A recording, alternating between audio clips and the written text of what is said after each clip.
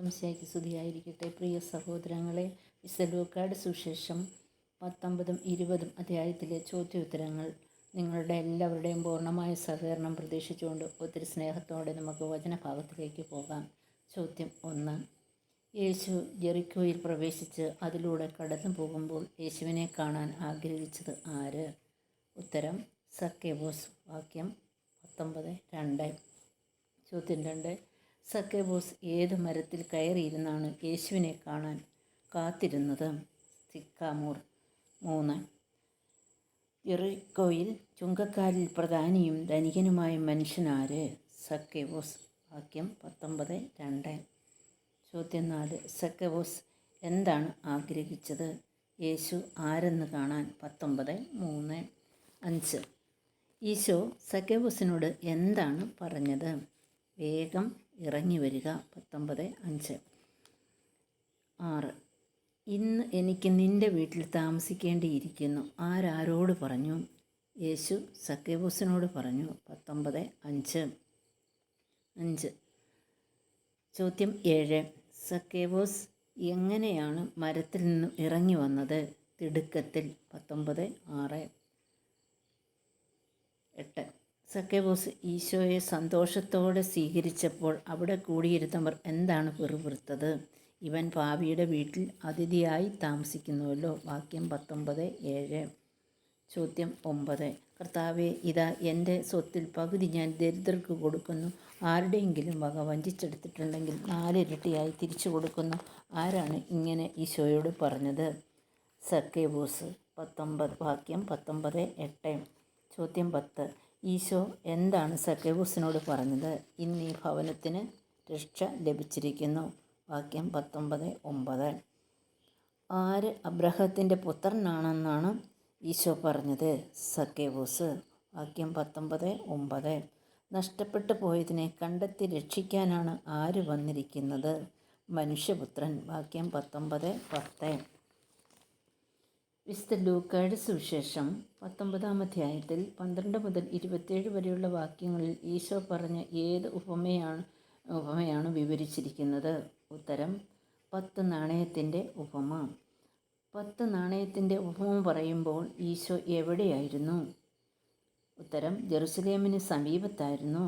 19:11. എന്ത് ഉടൻ വന്നു ചേരുമെന്ന് ജെറുസലേമിൽ നിവാസികൾ വിചാരിച്ചിരുന്നത്? ദൈവരാജ്യം. 19:11. ഈശോ പറഞ്ഞ ഉപമയിലെ പ്രഭു എന്തു സ്വീകരിച്ച് വരാൻ വേണ്ടിയാണ് ദൂരദേശത്തേക്ക് പോയത്? ഉത്തരം രാജപദവി. 19:12. പ്രഭു തൻ്റെ ഭൃത്യന്മാരെ വിളിച്ച് എന്താണ് ഏൽപ്പിച്ചത്? 10 നാണയം.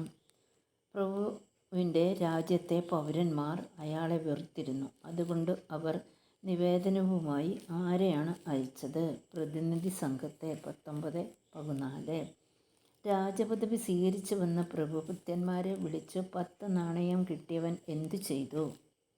വ്യാപാരം ചെയ്തു 10 നാണയവും കൂടി നേടി. 10 നാണയവും കൂടി സമ്പാദിച്ച ഭൃത്യനോട് രാജാവ് എന്താണ് ഏൽപ്പിച്ചത്? ഭൃത്യനെ രാജാവ് എന്താണ് ഏൽപ്പിച്ചത്? ഉത്തരം 10 നഗരത്തിൻ്റെ അധികാരിയാക്കി. നിന്നെ എനിക്ക് ഭയമായിരുന്നു, കാരണം നീ കർക്കശക്കാരനും വയ്ക്കാത്തത് എടുക്കുന്നവനും വിതയ്ക്കാത്തത് കൊയ്യുന്നവനുമാണ്. ആരോടാണ് ഇങ്ങനെ പറഞ്ഞത്? മടിയനായ ഭൃത്യൻ പ്രഭുവിനോട്. 21. 10 നാണയത്തിൻ്റെ ഉപമ പറഞ്ഞതിന് ശേഷം ഈശോ യാത്ര തുടർന്നത് എവിടേക്കാണ്? ജെറുസലേമിലേക്ക്. 19:28. ബെത്സബ, ബെഥനിയ ഈ സ്ഥലങ്ങൾ ഏത് മലയ്ക്ക് അരികിലാണ്? ഒലിവ് മലയ്ക്ക്. വാക്യം 19:29. ബെത്സബ, ബെഥനിയ എന്നീ സ്ഥലങ്ങളുടെ സമീപത്തെത്തിയപ്പോൾ ഈശോ ആരെയാണ് പ്രത്യേകിച്ചും നിർദ്ദേശിച്ചയച്ചത്? 2 ശിഷ്യന്മാരെ. 19:21. എതിരെ കാണുന്ന ഗ്രാമത്തിൽ ചെല്ലുമ്പോൾ എന്ത് കാണുമെന്നാണ് ഈശോ ശിഷ്യന്മാരോട് പറഞ്ഞത്? ആരും ഒരിക്കലും കയറിയിട്ടില്ലാത്ത കഴുതക്കുട്ടിയെ കാണും. കഴുതക്കുട്ടിയുടെ ഉടമസ്ഥൻ ചോദിച്ചാൽ എന്ത് പറയണമെന്നാണ് കർത്താവ് പറഞ്ഞത്? കർത്താവിന് ഇതിനെക്കൊണ്ട് ആവശ്യമുണ്ട്. വാക്യം 19:34. യേശുവിൻ്റെ ജെറുസലേമിലേക്കുള്ള യാത്രയിൽ ഒലിവുമലയുടെ ചരിവിനു സമീപമെത്തിയപ്പോൾ ശിഷ്യന്മാർ എന്താണ് ഉച്ചത്തിൽ വിളിച്ചു പറഞ്ഞത്? അവർ കണ്ട അത്ഭുത പ്രവൃത്തികളെക്കുറിച്ച് ഉച്ചത്തിൽ ദൈവത്തെ സ്തുതിച്ചു. 27. കർത്താവിൻ്റെ നാമത്തിൽ വരുന്ന രാജാവ് അനുഗ്രഹീതൻ, സ്വർഗത്തിൽ സമാധാനം, അത്യുന്നതങ്ങളിൽ മഹത്വം എന്ന് ആർത്ത് വിളിച്ചത് ആര്? ശിഷ്യന്മാർ. വാക്യം 19-38. യെരുശലേമിൽ ഉണ്ടായിരുന്ന ചില ഫരിസ്ത്യർ എന്താണ് യേശുവിനോട് പറഞ്ഞത്? ഗുരു, നിന്റെ ശിഷ്യന്മാരെ ശാസിക്കുക. വാക്യം 19-39. ഈശോ എന്താണ് ഫരിസന്മാരോട് പറഞ്ഞത്? ഈ കല്ലുകൾ ആർത്ത് വിളിക്കുമെന്ന്. 19-40. ഈശോ ജെറുസലേം പട്ടണം കണ്ടപ്പോൾ അതിനെക്കുറിച്ച് വിലപിച്ച് പറഞ്ഞതെന്ത്? സമാധാനത്തിനുള്ള മാർഗം നീ അറിഞ്ഞിരുന്നെങ്കിൽ. വാക്യം 19-42. എന്താണ് ജെറുസലേമിൻ്റെ ദൃഷ്ടിയിൽ നിന്നും മറയപ്പെട്ടിരിക്കുന്നു എന്ന് കർത്താവ് പറഞ്ഞത്? സമാധാനത്തിൻ്റെ മാർഗം. 19-42. നിന്നെയും നിൻ്റെ മക്കളെയും നശിപ്പിക്കുകയും നിന്നിൽ കല്ലിന്മേൽ കല്ല് ശേഷിക്കാതിരിക്കുകയും ചെയ്യും എന്ന് ഏത് പട്ടണത്തോടാണ് കർത്താവ് പറഞ്ഞത്? ജെറുസലേം. വാക്യം 19-44. കർത്താവ് ജെറുസലേമിൻ്റെ നാശത്തെക്കുറിച്ച് പറഞ്ഞത് എന്തുകൊണ്ട്? നിന്റെ സന്ദർശന ദിവസം നീ അറിഞ്ഞിട്ടില്ല. 19-44. ജെറുസലേം ദേവാലയത്തിൽ ചെന്ന് കവർച്ചക്കാരെ പുറത്താക്കിയിട്ട് യേശു എന്താണ് പറഞ്ഞത്? എൻ്റെ ആലയം പ്രാർത്ഥനാലയം, നിങ്ങൾ അത് കവർച്ചക്കാരുടെ ഗുഹകളാക്കിയിരിക്കുന്നു. വാക്യം 19-45-46. എൻ്റെ ആലയം പ്രാർത്ഥനാലയം എന്ന് രേഖപ്പെടുത്തിയിരിക്കുന്ന പഴയ നിയമവാക്യം ഏത്? യെശയ്യാ 56:7. യേശുവിനെ നശിപ്പിക്കാൻ മാർഗം അന്വേഷിച്ചുകൊണ്ട് ഇരുന്നത് ആരെല്ലാം? മഹാപുരോഹിതന്മാരും ശാസ്ത്രിമാരും ജനപ്രമാണികളും. 19-47. മഹാപുരോഹിതന്മാരും നിയമജ്ഞന്മാർക്കും ജനപ്രമാണികൾക്കും യേശുവിനെ പിടിക്കാൻ കഴിഞ്ഞില്ല. കാരണമെന്ത്? ജനമെല്ലാം യേശുവിൻ്റെ വാക്കുകളിൽ മുഴുകി അവനെ വിട്ടു പോകാതെ നിന്നു.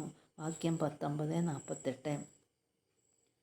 19-ാം അധ്യായത്തിൽ എത്ര വാക്യങ്ങളുണ്ട്? ഉത്തരം 48.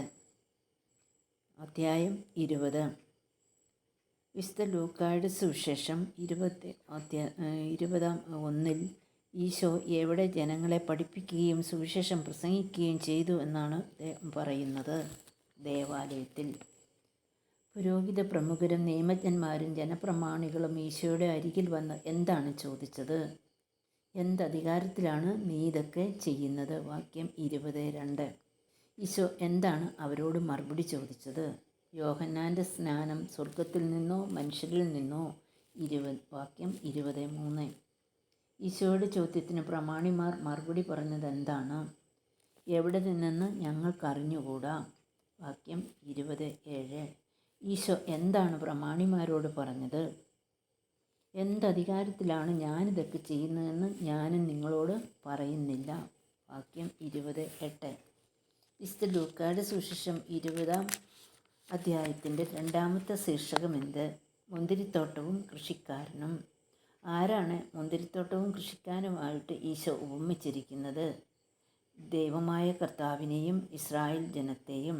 ആരെയാണ് കൃഷിക്കാരുടെ അടുത്തേക്ക് അയച്ച ദൂതന്മാരായിട്ട് ഈശോ അർത്ഥമാക്കിയത്? ഇസ്രായേലിൻ്റെ വിമോചകരും ന്യായാധിപന്മാരും പ്രവാചകന്മാരും. ഇവനാണ് അവകാശി, ഇവനെ നമുക്ക് കൊന്നുകളയാം. ആരുടെ കാര്യമാണ് തോട്ടക്കാരൻ്റെ പുത്രനായിട്ട് ഈശോ പറഞ്ഞത്? ഈശോയുടെ. ആ കല്ലിൽ നിതംപതിക്കുന്ന ഏതൊരുവനും തകരും, അത് ആരുടെ മേൽ പതിക്കുന്നുവോ അവനത് ധൂളിയാകും. ഈശോ പറഞ്ഞു. ഈ ഉദ്ധരണി ഏത് പ്രവാചക ഗ്രന്ഥത്തിലാണുള്ളത്? ഉത്തരം യെശയ്യാ 8:14-15. ആരാണ് ഈശോയോട് സീസറിന് നികുതി കൊടുക്കുന്നത് നിയമാനുസൃതമോ എന്ന് ചോദിച്ചത്? ഉത്തരം നീതിമാന്മാരെന്ന് ഭാവിക്കുന്ന ചാരന്മാർ. വാക്യം 20:20. അവരുടെ കൗശലം മനസ്സിലാക്കി യേശു അവരോട് എന്താണ് പറഞ്ഞത്? നിങ്ങൾ ഒരു ദനാറ എന്നെ കാണിക്കുവിൻ. 20:23.